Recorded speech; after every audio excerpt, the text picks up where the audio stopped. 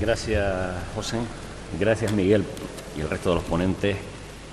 Pero sobre todo, gracias a todos ustedes por estar aquí hoy. Pensaba cuando preparaba la intervención que hoy es un día en el que me siento particularmente feliz. Y me siento particularmente feliz por dos cuestiones. Una, por el trabajo que estamos desarrollando en este momento los hombres y mujeres del Partido Socialista en Lanzarote, y otra que seguro que estoy compartiendo con todos ustedes por la noticia que nos llegaba hace 2 días de que llega por fin la paz a España, llega por fin el cese de la violencia en el País Vasco. Algo que me van a permitir que durante un par de minutos comparta con ustedes, porque si bien es cierto que llevábamos ya 2 años sin muertos, si bien es cierto que en cierta medida todos estábamos dando por descontado que era algo que acababa, llegar la paz a Euskadi supone mucho más que eso. Supone no solamente la ausencia de muertos, sino supone algo fundamental, que es el inicio de un tiempo que va a permitir que se produzca la convivencia entre los hombres y mujeres que viven en el País Vasco. Porque miren, durante estos años ha sido evidente, por lo doloroso, por lo impactante, ha sido evidente las muertes. Ha sido menos evidente, pero lo hemos conocido, el exilio en que muchos hombres y mujeres del País Vasco al que han tenido que someterse. Ha sido muy poco visible y ha generado mucho sufrimiento esa especie de exilio interior en que han vivido muchas personas que han tenido que compartir escuelas, parques, lugares de trabajo, las viviendas que daban al mismo portal, a la misma escalera, con otros que les amenazaban, con otros que pretendían coartar su libertad. El paso que se ha dado en este momento va a permitir, con todas las cautelas, con toda la prudencia, con todo el tiempo que nos quede por delante, va a permitir no solo que dejen de haber muertos, no solo que pueda volver la gente a vivir en el sitio donde se debe vivir, sino sobre todo también va a permitir restañar heridas y que aparezca de nuevo la convivencia. Por eso me siento feliz y me extraña mucho aquellos que no quieren en este momento que nos sintamos felices, que tal vez por un manejo cortoplacista, sectario, partidario de la situación, tratan de quitarle importancia, porque además no se les oculta que sucede en un momento que es clave, cuando queda en este momento menos de un mes para las elecciones. Un mes en el que tenemos, como dice el eslogan, vuelvo a repetirlo, lo han dicho los compañeros, lo seguiremos diciendo, un mes en el que ya escuchar nos queda menos tiempo, para hacer no nos queda nada, pero nos queda para explicar, como en el caso al que me refería antes, que Zapatero no estaba loco ni pecaba de buenismo, que se estaban dando las condiciones para que se produjeran una serie de cambios y que desde luego quien tiene la culpa de que sucedió no es el que apostaba por el cambio, el que apostaba por la paz, sino el loco, el bestia que la quiebra con un atentado como el de la T4. Pero si en ese tema no estábamos equivocados, no estaba equivocado el gobierno socialista, tampoco en la economía estaban equivocados. Algunos preferirían en este momento que estuviéramos intervenidos como Grecia, como Portugal, como Irlanda. Alguien recordaba antes también en su intervención por qué en España no se están produciendo algaradas, verdaderos enfrentamientos como sí se producen en otros partidos. Porque hemos sabido darle respuesta.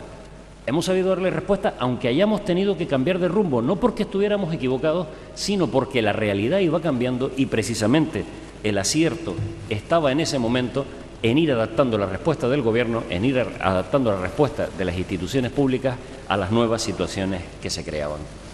Pero si nuestro eslogan de precampaña habla de escuchar, hacer y explicar, el de campaña ya es mucho más contundente y nos dice pelea por lo que quieres.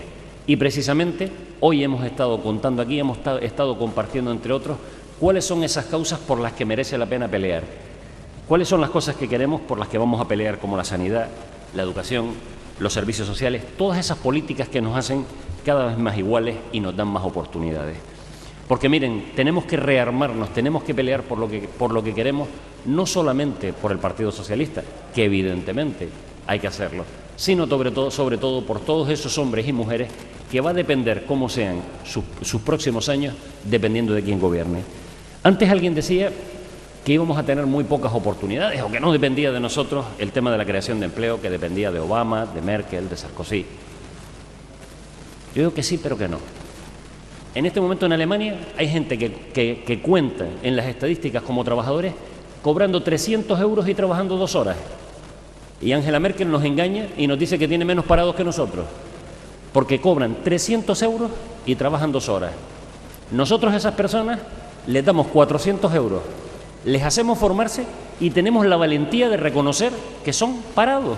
No los escondemos detrás de contratos ficticios de 300 euros por 2 horas. Por eso, incluso en unas condiciones tan duras, todavía queda un poco de margen para que también haya empleo y empleo de calidad creado por un gobierno socialista. Si bien es cierto que la crisis nos va a empujar a todos en la misma dirección, sí es cierto que dependiendo quién timonee ese tránsito, lo van a sufrir más los más débiles o lo van a sufrir menos los más débiles. Y en ese sentido, España necesita que gane el Partido Socialista. España no necesita una Esperanza Aguirre en la Moncloa aplicando recortes todavía de mayor calado. España no necesita un Artur Mas aplicando recortes en la Moncloa. Que además, fíjense, los dos tienen la misma característica, al igual que el resto de presidentes autonómicos del PP o la derecha nacionalista, y es que han llegado a las elecciones y no han dicho nada de lo que iban a hacer ahora. Son programas ocultos, o han llegado, como en el caso de Merkel, mintiendo, prometiendo una rebaja de impuestos y llegando a decir, hombre, es que la cosa está tan así que no solo no los bajo, sino los subo. Nos hablan de mantener empleo, de mantener condiciones, y desde que llegan al poder empiezan con la motosierra de los recortes. Por eso es por lo que necesitamos en este momento que en España, en vez de gobiernos como el de Esperanza Aguirre, como el de Artur Mas, haya gobiernos como el gobierno de Canarias, o haya gobiernos como el que se produce en este momento en el Ayuntamiento de Recife o en el Ayuntamiento de San Bartolomé. La situación está dura. Va a ser una campaña complicada y va a ser además una campaña muy marcada por algo que les voy a decir. Es la campaña de la derecha y sus medios contra la gente que tiene derecho a aspirar a que se sigan conservando las victorias sociales que hemos conseguido. Y esa gente, ¿quiénes somos sino los socialistas, que somos el partido que más se parece a la mayoría de los españoles? Es la campaña de la gente sencilla que está en contra de la derecha política y mediática y que está sobre todo en contra de esos mercados que se niegan a ser regulados. Es difícil, pero tenemos las mejores condiciones. Tenemos las mejores condiciones porque tenemos militantes, y les voy a recordar a uno que probablemente el nombre le suena a todos. Tenemos militantes como Felipe González, un militante que con la trayectoria que tiene, ayer comparece en público para decir algo tan maravilloso y tan sencillo como decirle a Alfredo Pérez Rubalcaba que como militante de base está a su servicio para lo que quiera, no para tutelar, y pone un ejemplo, no para tutelar, sino si hace falta barrer, Alfredo, dame una escoba, que para eso estoy. Cuando eso lo dice Felipe González, la pregunta que yo le hago a todos los compañeros y compañeras de Lanzarote, ¿vamos a ser nosotros menos o estamos nosotros también en disposición de ponernos al servicio de Rubalcaba? Ese es el reto que tenemos por delante en este momento. Compañeros y compañeras, muchas gracias por estar aquí, pero sobre todo, muchas gracias por ese esfuerzo que vamos a hacer en los próximos días para estar también al servicio de Rubalcaba. Muchas gracias.